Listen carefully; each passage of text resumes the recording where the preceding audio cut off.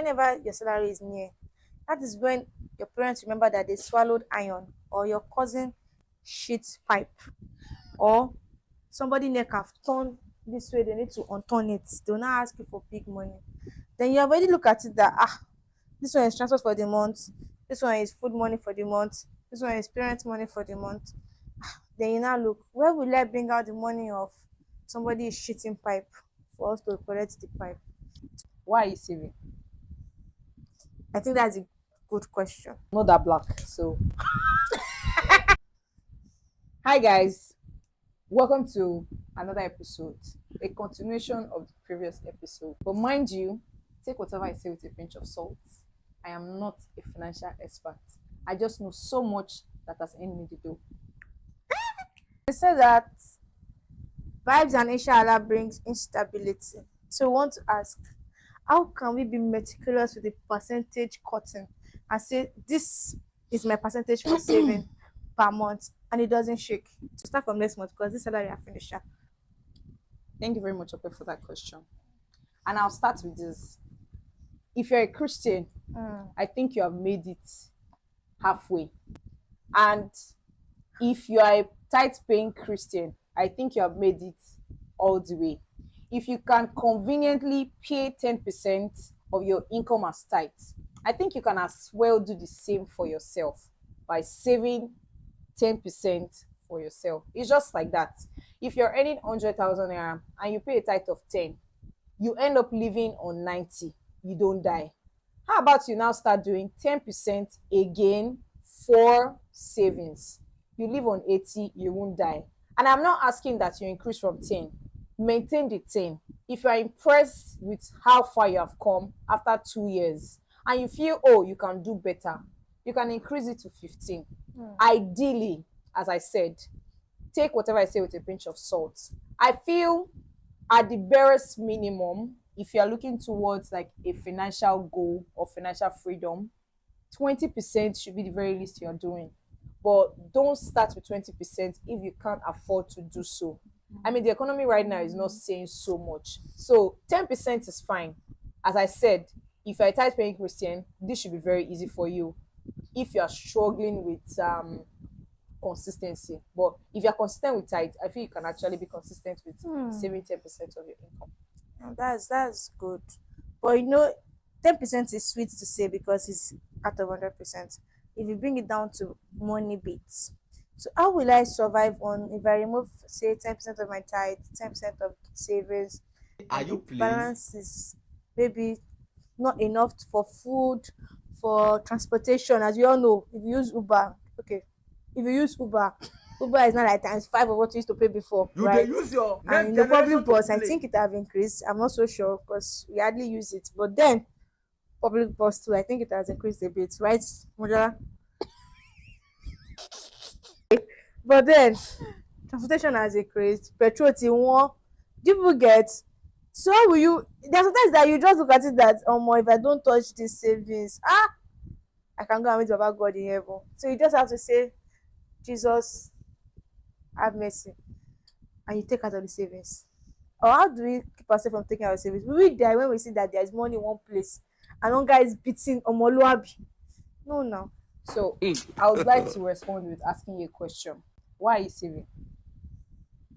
I think that's a good question. Why are you saving? I think that's the first question we should be asking ourselves before we save.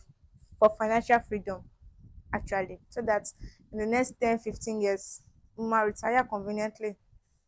She gets one the sugar mommy of Lagos as it's supposed to be. Go to parties and all. So if you already have your reason well outlined, I think the rest is piece of cake. So if you are saving because everybody's saving, or you are saving because they say save, and there is no specific reason for why you are saving that can motivate you to be consistent at it, you keep on breaking your bank. If you are saving for financial freedom, by the time you want to dip into it, you ask yourself, if I dip into these savings, it means I am 1 year away from financial freedom. So if your intention was to like hit financial freedom benchmark at 40, once you dip into your savings, say for this month, it means you are now going to be there at 40.1 months. then you dip again the next month, means it's 41 year, then 42. You keep pushing it backward. But I mean, I don't want to stay so long on that matter. That's what it is. That's the best way to keep your savings as savings, by understanding the reason you're saving. Okay, I don't know about other people, but I have this funny thing. Whenever your salary is near, that is when your parents remember that they swallowed iron, or your cousin shit pipe, or somebody neck have turned this way, they need to unturn it. They will not ask you for big money. Then you already look at it that this one is transport for the month, this one is food money for the month, this one is parent money for the month. Then you now look, where will I bring out the money of somebody is shitting pipe for us to collect the pipe? Good question. I mean, we all have family, and we are all victims of black tax. I don't think I can myself as victim of black tax, because I'm not that black. So Sorry for the laugh. once savings is not an afterthought for you, this again is a piece of cake. A budgeting system would help in solving this problem. Take Tade for example. Tade has a budgeting sheet where all of his income are properly allocated to different buckets. One of the buckets is giving, another bucket is family. If Tade exhausts the amount in this bucket for the month, whatever problem is coming that can wait, will wait till the next month. It's as simple as that. What if they can't wait? What if Tade lost his job? They will find other means. That's the thing about when you are doing stuff about money. You set your mind to that the money is not there. You will find creative way to make the money that you want to use to satisfy that particular craving. Either by killing the cravings or getting a side hustle that will sponsor your cravings. True. So that's what I think, actually. Once you exhaust the allocated amount for giving, they have to wait till the next month. Let them know you work based on percent. Lola I need the work kò sépo nínú gen. Say le do the next month. If you can't wait till next month, they will find creative. I mean, they will not live in darkness. You'll be surprised that they would even fill the tank without your input. So in summary, you're trying to tell us that they can live without us and they can find solution without our help. Yes, they can. Does not mean you should be stingy. Give them what is due to them. And sorry. Well, you guys, you've heard it all. Like she said, she's not a financial expert. She take it with a pinch of salt. You can add more to that salt too, because what she's saying is the truth.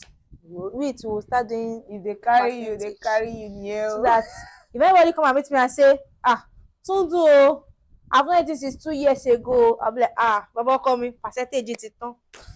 No, I say you be telling them. How will I say it? You will not tell them that percentage. In the very words of Pastor. And I know that you want to carry the burdens of your whole village. But I assure you, your money can what? And if your money finishes, all of you will look at each other. There are times in your life you prioritize your giving. So you must have a generosity budget. Okay, when my salary comes, 10% I give to God. 10% I give to the poor. Not even everybody can afford all these categories, but depending on where you are. 10% I give to the poor. 10% I give to family. I keep some, for miscellaneous expenditure and all of that. And I save the rest. And don't be a foolish giver. If somebody comes and say, they've not eaten for 2 years, I mean, they've lived up until now. They can also live an extra year. I mean, whatever they did to sustain them till now can sustain. Just sympathize with them and tell them, the money I would have given you, if you had come a day earlier, you'd have gotten it. You didn't talk on time. That's a line. Can you pay a money? Yeah. I will have given you the money. When it away. What's the bank coming up? The bank got me law. That's the ever people. Have people got in the line? Can you pay a money? Guys, take whatever I say with a pinch of salt. Put more in the salt and do like this. Thank you, people. Let her close the chapter. She don't open it. If you open it, you should close it. All right. So you guys, you've heard what we've said.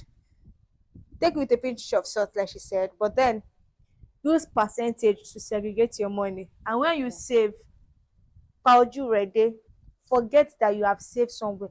In fact, forget that the money exists, so that the savings will remain savings. It's not become savings today, survival tomorrow.